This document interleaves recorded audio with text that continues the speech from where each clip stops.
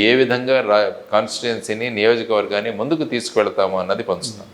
ఆ తర్వాత వచ్చేసి నిరుద్యోగ సమస్యని ఏ విధంగా తీరుస్తామో అన్నదాన్ని పంచుతాం. డ్రగ్స్ ఇవి లేకుండా ఈ సమాజాన్ని ఎలా తయారు చేస్తుందామన్న మా ఆలోచనలు పంచుతాం. కాబట్టి ఇటువంటి వాటిని మేము పంచుతాం, కానీ మేము డబ్బులు పంచే పార్టీ కాదు ఇది జై భారత్. సార్ ఇందాక ఒక మాట అంటే మనం ఇందాక అవాయిడ్ అయ్యాం కొంత, అంటే దారి తప్పింది. నేను ఒక క్వశ్చన్ అడిగానండి. అంటే ఇక్కడికి కంటైనర్, డ్రగ్స్తో కూడిన కంటైనర్ వచ్చిన దాని మీద అధికార పక్షం ప్రతిపక్షం ఒకరి మీద ఒకరు దుమ్మెత్తి పోసుకున్నారు. సరే అక్కడ నిజమైతే మాలాంటి ప్రజలకు తెలియదు అసలు ఏం జరిగింది, అంటే ఎవరి హస్తం ఉందనేది మాలాంటి వాళ్ళకి ఎవరికి తెలియదు. కానీ బీయింగ్ ఏ ఇన్వెస్టిగేటివ్ ఆఫీసర్ అంటే ఇంతకు ముందు మీకు ఎక్స్పీరియన్స్ ఉంది కాబట్టి, అంటే ఇప్పుడు అక్కడ విషయాలన్నీ ప్రతిదీ తెలియాలని కాదు, కానీ ఏం జరిగి ఉండొచ్చు అన్న దాని మీద ఒక క్వశ్చన్ అడిగాను సార్. దాన్ని అంటే ఒక్కసారి చెప్పండి. ఇప్పుడు ఏమవుతుందంటే దాంట్లో unless you have the details, container order చేసిన వాళ్ళు ఎవరు, ఎందుకు చేశారు, భారతదేశంలోనే ఈస్ట్ ఇంత తక్కువ ధరలో మనకు దొరుకుతున్నప్పుడు బ్రెజిల్ నుంచి తీసుకురావాల్సిన అవసరం ఏంటి? ఐ థింక్ ఇక్కడ 76 రూపాయలు ఎంతో అనుకుంటాను కిలో. అంటే చెరుకు నుంచి తయారు చేసేది కదా సార్, అదే కదా. అక్కడ 150 రూపాయలు అంట. 150 రూపాయలు ఇంత షిప్లో వేసుకొని ఇక్కడికి తీసుకురావాల్సిన అవసరం ఏముంది? అంటే ఎక్కడో రూటింగ్ జరుగుతోంది ఈ డ్రగ్స్. ఓకే. ఎందుకంటే ఇంతకుముందు ముంద్రా పోర్టు కూడా మీరు చూసుకుంటే 2021-22లో 3000 కిలోల హెరాయిన్ దొరికింది అక్కడ. అది కూడా ఎవరో విజయవాడ వాళ్ళు ఆర్డర్ చేసిన కంటైనర్, అక్కడ ఇంటర్సెప్ట్ అయింది. అంటే ఈ ఆంధ్రప్రదేశ్ అన్నది ఒక డ్రగ్స్ క్యాపిటల్గా తయారైందా? ఎక్కడ గంజాయి పట్టుబడినా కూడా దాని మూలాలన్నీ కూడా మన ఇక్కడ ఏజెన్సీ ప్రాంతంలో ఏఓబిలో జరుగుతున్నాయి, ఆంధ్ర ఒరిస్సా బార్డర్ దగ్గర కల్టివేషన్. సో ఇవన్నీ చూసుకుంటుంటే ఏమవుతుంది ఫైనల్గా రాష్ట్రం గురించి, రాష్ట్రంలోని యువతరం ఏమవుతోంది? చాలా డ్రగ్ అడిక్షన్ సెంటర్లో చూసినా కూడా చాలా హృదయ విదారక కండిషన్లు ఉంటున్నాయి. చాలామంది కుటుంబాల్లో బయటికి రావట్లేదు, చాలామంది పిల్లలు డ్రగ్ అడిక్ట్స్ అవుతున్నారు. నేను ప్రచారంలోకి వెళుతున్నప్పుడు చాలామంది చెప్తారు సాయంత్రం అవగానే ఇక్కడ ఫ్రీగా డ్రగ్స్ దొరుకుతాయండి, అంత యథేచ్ఛగా దొరుకుతున్నాయండి అంటారు వాళ్ళు, తల్లిదండ్రులు చెప్తున్నది. ఎందుకంటే ఫైనల్గా ఆ పిల్లలను తల్లిదండ్రులుగా భరించాల్సి. సార్ వ్యవస్థలు ఏం చేస్తున్నట్టే సార్, మరి చేయాలి వ్యవస్థలు పోలీసు వ్యవస్థ కానీ ఇంకా వ్యవస్థలన్నీ ఉన్నాయి కదండి. అంటే అంత యథేచ్ఛగా గంజాయి ఇలాంటివన్నీ దొరుకుతూ. అందుకనే అంటున్నాను ఈ కంటైనర్ వెనకాల ఎవరున్నారన్నది బయటికి రావాలి. ఈ కంటైనర్ వెనకాల ఏదైనా పొలిటికల్ శక్తులు దాగి ఉన్నాయో, who ever it may be, బయటికి తీసుకురావాల్సిన బాధ్యత ఉంది. కాబట్టి ఆ ఏజెన్సీస్ అనేవి చెప్పాలి ఈ కేసులో. ఎందుకంటే నేను విశాఖ పౌరుడిగా నేను అడుగుతున్నాను వీళ్ళని, చెప్పండి ఈ కంటైనర్ ఎందుకు వచ్చింది, ఎవరు తీసుకొచ్చారు, ఏమైంది ఈ కంటైనర్? ఇవన్నీ కూడా ప్రెస్ నోట్స్ ద్వారా సిబిఐ కూడా చెప్పాల్సిన అవసరం ఉంది. ఎందుకంటే ఇది ఒక స్మాల్ ఇన్వెస్టిగేషన్ కాదు, it is affecting the lives of people. ప్రజల యొక్క జీవితాలతో, యువతరం యొక్క జీవితాలతో ఆడుకుంటున్న విషయం. ఈ విషయంలో క్లారిటీ రావాలి, లేకుంటే తల్లిదండ్రులు ఎంత ఆందోళనలో ఉన్నారో మీకు తెలియదు. సో వీటన్నిటి గురించి ఆలోచించాలన్నదే మా కాన్సెప్ట్. 2014లో మీరు ఎలక్షన్ ఏరింగ్లో ఉన్నారు. 14 పరిస్థితులు కూడా గమనించి ఉండొచ్చు మీరు. అంటే ఎందుకంటే మీరు అప్పటికే చాలా కాలేజీలు ఇలాంటి తిరుగుతూ ఒక సోషల్ అవేర్నెస్ ప్రోగ్రామ్స్ చాలా చేసేవారు. 2019 నుంచి రాజకీయాలకి గమనిస్తున్నారు, ఇప్పుడు ఫుల్ ప్లెజ్డ్గా రాజకీయాలు అయితే ఉన్నారు. సో అప్పటికి అంటే 2014 నుంచి ఈ ఐదేళ్ళు బేరీజ్ వేస్తే ఒక పార్టీ అధినాయకుడిగా మీకు ఎలాంటి ఆలోచన వస్తుందండి? ఏముంది, రాష్ట్రం అంటే టీడీపీ ప్రాతినిధ్యం వహించిన కాలం అండ్ వైసీపీ ప్రాతినిధ్యం వహించిన కాలం, ఈ రెండు ప్రభుత్వాలు కూడా ప్రత్యేక హోదా తీసుకురాలేకపోయాయి. ప్రత్యేక హోదా ఒకటి వచ్చింటే రాష్ట్ర పరిస్థితులే మారేవి. మరి ఇక్కడ ప్రత్యేక హోదా ఇవ్వలేమంటున్నాం. మరి అక్కడ డోలారా గిఫ్ట్ సిటీకి ఇన్ని రాయితీలు ఎందుకు కల్పిస్తుంది ప్రభుత్వం, కేంద్ర ప్రభుత్వం? అహ్మదాబాద్ నుంచి 40 కిలోమీటర్ల దూరంలో గిఫ్ట్ సిటీ అన్నది ఒకటి తయారవుతుంది పెద్దది.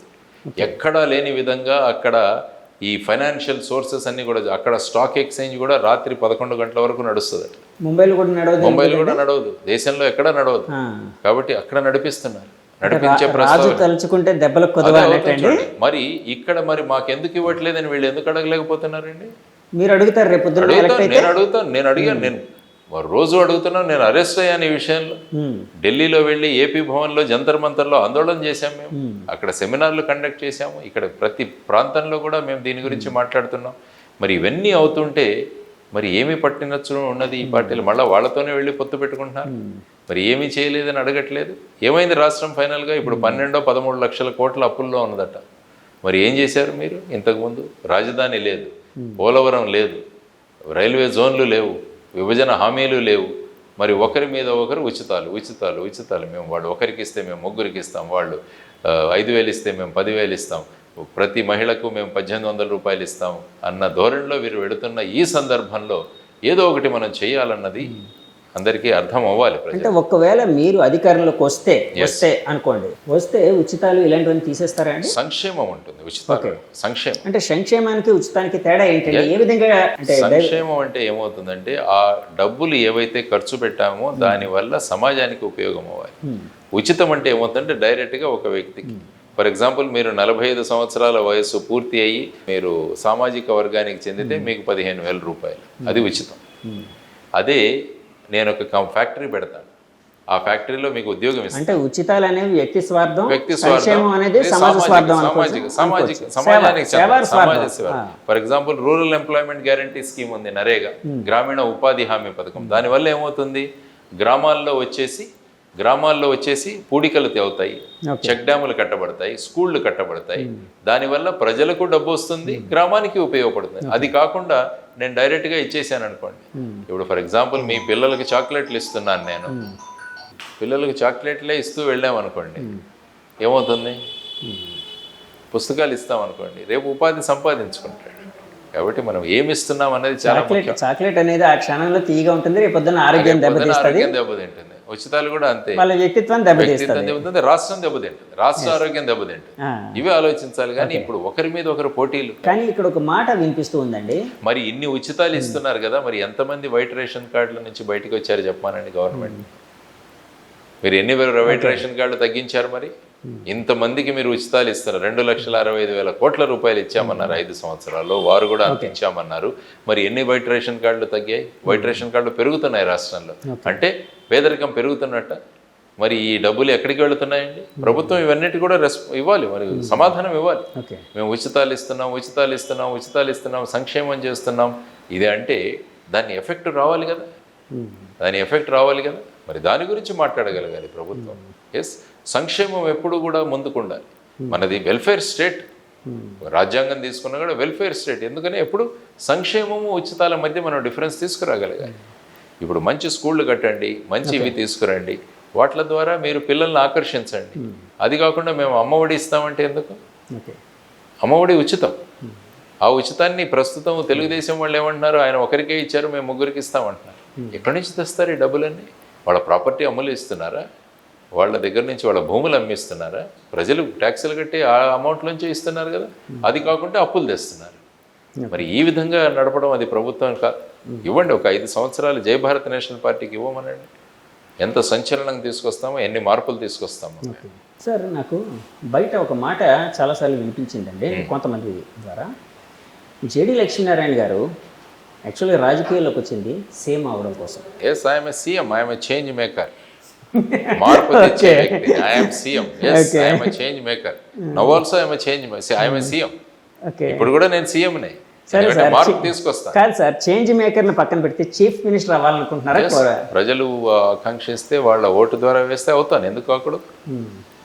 ప్రతి ఒక్కరు అవుతున్నప్పుడు నేను ఎందుకు కాకూడదు? ప్రజల సంక్షేమం గురించి ఆలోచించేవాడిని, ప్రజల యొక్క వాళ్ళ అభివృద్ధి కోసం ఆలోచించేవాడిని. ఆ విధంగా చేంజ్ మేకర్ని నేను ఎప్పుడు కూడా. నా ప్రతిరోజు కూడా కొంత మార్పు తీసుకొచ్చే ప్రయత్నంలోనే ఉంటా. సో ఆ ప్రక్రియలో చూద్దాం ఏమవుతుందో. ఈ రాజకీయ బ్యాటిల్లో ఎక్కడి వరకు వెళ్తామో చూద్దాం. స్టేట్ వరకే ఆపారు, ఎందుకు కేంద్రం ఢిల్లీకి ఎందుకు తీసుకెళ్ళట్లేదు నన్ను? అంటే సీఎం కాస్త పిఎం అని prime mover. Now I'm also I'm PM. Prime mover ముందు తీసుకువెళ్ళేవాడు. Now I'm CM, I'm also PM. Okay sir, ఫైనల్గా చెప్పండి, ఇప్పుడు రాజకీయ పరిస్థితుల్లో మన రాష్ట్రంలో ఆంధ్రప్రదేశ్లో ఏ పార్టీ ఎన్ని స్థానాలు గెలిచే అవకాశం ఉందని? అది 13 జూన్ 4 ఆలోచించి. అంటే మీకు ఒక అవగాహన ఉంటుంది కదా, దానికోసం అడుగుతున్నాను. ఎన్ని గెలవచ్చు? సరే సార్, స్ట్రైట్గా అడుగుతున్నాను సార్. టీడీపీ, జనసేన, బీజేపీ కూటమి ఎన్ని గెలవచ్చు? జై భారత్ నేషనల్ పార్టీ అధికారంలోకి వస్తుంది, ఇంత మాత్రం. వైసీపీ ఎన్ని గెలవచ్చు సార్? జై భారత్ నేషనల్ పార్టీ అధికారంలోకి వస్తుంది. Yes, that is my reply. Sir, అంటే నాకు ఒకటి అనిపిస్తూ ఉందండి, యాక్చువల్గా రాజకీయ నాయకులకి లౌక్యం ఎక్కువ కావాలంటారు. సో ఆ లౌక్యం ఎక్కువగా మీకు అలవడింది. నేను కాన్ఫిడెన్స్తో వెళ్తాను. I'm always confident. మరి మనలో మనకు కాన్ఫిడెన్స్ లేకుండా మనం ఎందుకు ముందుకు వెళ్ళాలని నేను అడుగుతాను. వాళ్ళు వైనాట్ 175 అన్నప్పుడు, వైనాట్ 160 అన్నప్పుడు వైనాట్ వి అంటాను నేను. Why not Jai Bharat national party. Okay sir, thank you అండి. Thank you very much sir. మనస్ఫూర్తిగా కోరుకుంటున్నాం మీ ప్రెజెన్స్ అనేది అసెంబ్లీలో ఉండాలని మనస్ఫూర్తిగా కోరుకుంటూ. థ్యాంక్ యూ అండి, మంచి సమయం అయితే మాకు ఇచ్చారు. చూసారు కదండి, ఇది జై భారత్ నేషనల్ పార్టీ అధ్యక్షులు జేడి లక్ష్మీనారాయణ గారి అంతరంగం. ఆయన తను సీఎం కావాలనుకుంటున్నారు, పిఎం కావాలనుకుంటున్నారని కూడా చెప్పారు. సో సీఎంకి పిఎంకి కొన్ని అర్థాలు కూడా చెప్పారండి. ఈ ఇంటర్వ్యూ మీకు నచ్చితే మా ఛానల్ లైక్ చేయండి, కామెంట్ చేయండి, షేర్ చేయండి, సబ్స్క్రైబ్ చేయండి. Thank you very much. Signing off me Jagadish from journey with Jagadish. By by. ఇప్పుడు ఆపరేషన్ లేకుండానే మోకాళ్లకు ప్లాస్మా ట్రీట్మెంట్. మీ ఆర్థోపెటిక్ సమస్యలన్నిటికీ రోబోటిక్ టెక్నాలజీ ద్వారా తక్కువ ఖర్చుతో శాశ్వత పరిష్కారం. Free consultation. ప్రతి ట్రీట్మెంట్ పై 20% డిస్కౌంట్. ఈ ఆఫర్ కొద్ది రోజులు మాత్రమే. త్వరపడండి. V9 hospitals 9281465842.